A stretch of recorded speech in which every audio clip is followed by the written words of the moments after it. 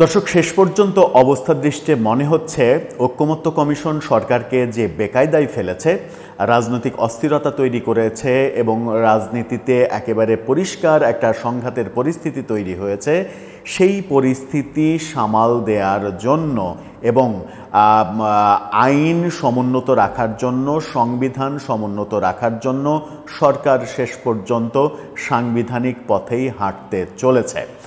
গতকালকে তিন বাহিনী প্রধানের সঙ্গে সাক্ষাৎ নিয়ে এখন পর্যন্ত নানা রকমের আলোচনা চলছে।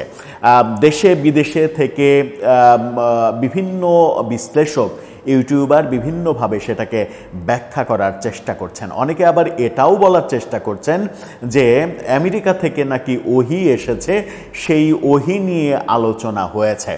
জানি না কোন কথা কিভাবে আসে, কোন কথা কিভাবে কে বলেন, সেই ব্যাপারগুলো বেশ কখনো কখনো মজার, কখনো কখনো রহস্যজনক মনে হয়।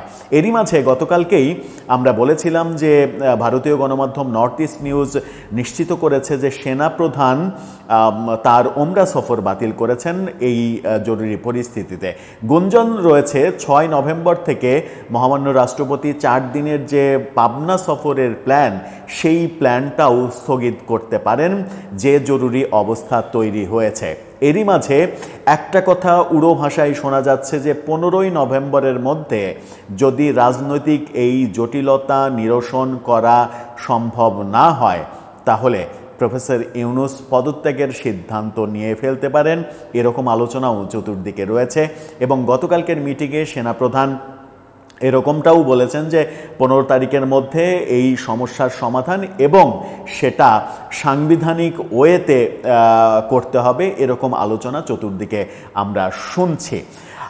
শেষমেশ মনে হচ্ছে বিভিন্ন জনের বিভিন্ন কথার পরিপ্রেক্ষিতে, বিশেষ করে এনসিপি নেতা নাহিদ ইসলামের একটি মন্তব্যের পরিপ্রেক্ষিতে ব্যক্তিগতভাবে আমার কাছে মনে হয়েছে চতুর্দিকের আলোচনা বিশ্লেষণ করে যে সরকার শেষ পর্যন্ত সাংবিধানিক ওয়েতে যেতে বাধ্য হচ্ছে। অর্থাৎ ঐকমত্য কমিশন যে অসাংবিধানিক পথে হাঁটার প্রস্তাব দিয়েছে, সেই পথে সরকার হাঁটছে না। যদি সেই পথে হাঁটে তাহলে আইনি ঝামেলা হবে। সেই পথে হাঁটতে গেলে আদালতের দ্বারস্থ হতে পারেন কোনো আইনজীবী এবং কোনো রাজনৈতিক দল। সেই ক্ষেত্রে সরকার বড় ধরনের বিপদে পড়বে, কারণ সরকার সংবিধানের আলোকে সংবিধান সমুন্নত রাখার জন্য শপথ নিয়েছে। নাহিদ ইসলামের কোন বক্তব্যের পরিপ্রেক্ষিতে মনে হচ্ছে সরকার শেষ পর্যন্ত সাংবিধানিক পথেই হাঁটছেন এবং সেই সাংবিধানিক পথটা কি, সেটা নিয়ে আলোচনা করার চেষ্টা করবে এই ভিডিওতে। থাকবেন পলিটিক্স টিভির নিয়মিত আয়োজনে।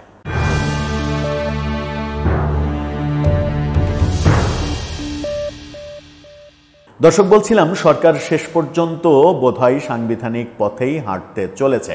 সেই সাংবিধানিক পথটা কি, সেটা আলোচনা করার আগে নাহিদ ইসলামের মন্তব্যটা একটু চলুন শুনে আসি। তাকে নিয়ে বাংলা নিউজ 24 যে শিরোনামটা করেছে সেটা খুব ইন্টারেস্টিং। তিনি বলছেন, প্রেসিডেন্ট চুপ্পুর আদেশ হবে গণ অভ্যুত্থানের কফিনে শেষ পেরেক। অর্থাৎ প্রেসিডেন্ট চুপ্পুর আদেশ হতে যাচ্ছে এরকম প্রেক্ষাপটে ছাড়া এই মন্তব্য করার কথা নয়। তিনি বলছেন কি, খুবই স্পেসিফিকলি বাক্যের অর্থটা বোঝার চেষ্টা করুন। তিনি বলছেন, প্রেসিডেন্ট চুপ্পুর আদেশ হবে গণ অভ্যুত্থানের কফিনে শেষ পেরেক। অর্থাৎ এই কথার মাধ্যমে এটা আমরা বুঝতে পারি যে প্রেসিডেন্ট চুপ্পু, শাহাবুদ্দিন চুপ্পু, মহামান্য রাষ্ট্রপতি, তার মাধ্যমেই সরকার জুলাই সনদ বাস্তবায়নের আদেশ জারি করতে যাচ্ছে।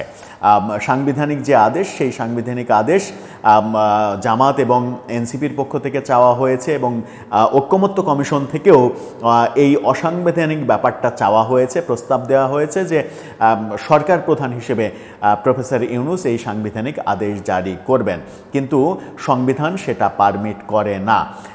সংবিধান অনুযায়ী সরকার প্রধান এই সাংবিধানিক আদেশ, কোনো সাংবিধানিক আদেশই জারি করতে পারেন না। একমাত্র রাষ্ট্রপতি পারেন, তাও সেটা স্বল্প মেয়াদের জন্য, সেটা স্বল্পকালীন সময়ে একটা বাস্তবতা তৈরি করবে, কিন্তু সংসদ গঠন হওয়ার সঙ্গে সঙ্গে সেটা বাতিল হয়ে যাবে। সুতরাং এই সাংবিধানিক আদেশ দেওয়াটাও কোনো সমাধান নয়। কিন্তু সরকার আপাতত সাংবিধানিক আদেশ না দিলে দলগুলো নারাজ হতে পারে, অখুশি হতে পারে। সেই কারণে দুই কুল রক্ষার জন্য সাংবিধানিক আদেশ হয়তো শেষ পর্যন্ত জারি করবে এবং সেটা রাষ্ট্রপতির মাধ্যমে। কিন্তু রাষ্ট্রপতির মাধ্যমে সাংবিধানিক আদেশ জারি করতে গিয়ে বড় একটা বিপত্তি রয়েছে। বিপত্তিটা হচ্ছে ঐকমত্য কমিশন যে প্রস্তাব দিয়েছে যে পরিষদ তৈরি করা হবে, সংবিধান পরিষদ, সংসদ গঠিত হওয়ার পরে সাংবিধানিক পরিষদ তৈরি হবে। সেই পরিষদ 9 মাসের মধ্যে এই জুলাই সনদ সংবিধানে অন্তর্ভুক্ত করবে। যদি 9 মাসের মধ্যে অন্তর্ভুক্ত করতে না পারে তাহলে অটোমেটিকলি সেটা সংবিধানে প্রতিস্থাপিত হয়ে যাবে। এটা পরিপূর্ণভাবে পৃথিবীর যে কোনো সংবিধানের যে কোনো আইনের বিচারে এটা পরিপূর্ণভাবে আইনের লঙ্ঘন এবং সংবিধানের লঙ্ঘন। কারণ আপনি সংসদকে কোনো কিছু চাপিয়ে দিতে পারেন না, সংসদকে বলতে পারেন না যে এটা আপনাকে করতে হবে। সংসদ নিজে থেকে যেটা করবে, যেটা পাশ হবে সংসদে 2/3 ভোটে যেটা পাশ হবে সেটাই আইন হবে, সেটাই সাংবিধানিক ব্যাপার হবে, সংবিধান সংশোধন হবে। আর একটা ব্যাপার সেটা হচ্ছে যে বর্তমান যে সংবিধান, সেই সংবিধানে স্পষ্টভাবে উল্লেখ রয়েছে সেটা হচ্ছে যে সংবিধানের মৌলিক কাঠামো আপনি পরিবর্তন করতে পারবেন না। সংবিধানের মৌলিক কাঠামো পরিবর্তন যখন করতে পারবেন না তখন আপনি সংসদে উচ্চকক্ষ তৈরি করা, গণভোট, এই ব্যাপারগুলো সংবিধানের বাইরে চলে যাবে। সব মিলিয়ে একটা বড় ধরনের দোটানাই পড়ে গেছে সরকার যখন, এবং এনসিপি জামাতের চাপে সরকারের এক ধরনের কাহিল অবস্থা, অন্যদিকে বিএনপির চাপে, দুই দিকের চাপে সরকার একটু পিষ্ট হওয়ার মতো অবস্থা। এইরকম অবস্থা থেকে আপাতত পরিত্রাণ পাওয়ার উপায় সম্ভবত গতকালকে 3 বাহিনী প্রধানের কাছ থেকে একটা প্রেসক্রিপশন এসেছে, সেটা হচ্ছে যে আপনি যেটাই করুন না কেন সংবিধানের আলোকে করতে হবে। এরকমটা আলোচনা অনেকে করছেন যে 3 বাহিনীর প্রধান থেকেও সংবিধান মেনে চলা এবং সংবিধানের ভেতর থেকে সব কাজ করার ব্যাপারে অনুরোধ করা হয়েছে। নাহিদ ইসলামের কেন এই আলোচনাটাকে আমি ধর্তব্যের মধ্যে নিচ্ছি, নাহিদ ইসলামের এই মন্তব্যটার পরিপ্রেক্ষিতে তিনি বলছেন যে প্রেসিডেন্ট চুপ্পুর মাধ্যমে তার আদেশ যদি মানা হয় তাহলে সেটা গণ অভ্যুত্থানের কফিনের শেষ পেরেক ঠোকা হবে। তার মানে কি 2-2 4 মিলে যাচ্ছে? আমার মনে হয় যে 2-2 4 মিলে যাচ্ছে। সরকার অবশেষে ঐকমত্য কমিশনের যে প্রস্তাব সেই প্রস্তাবের বাইরে যাচ্ছে।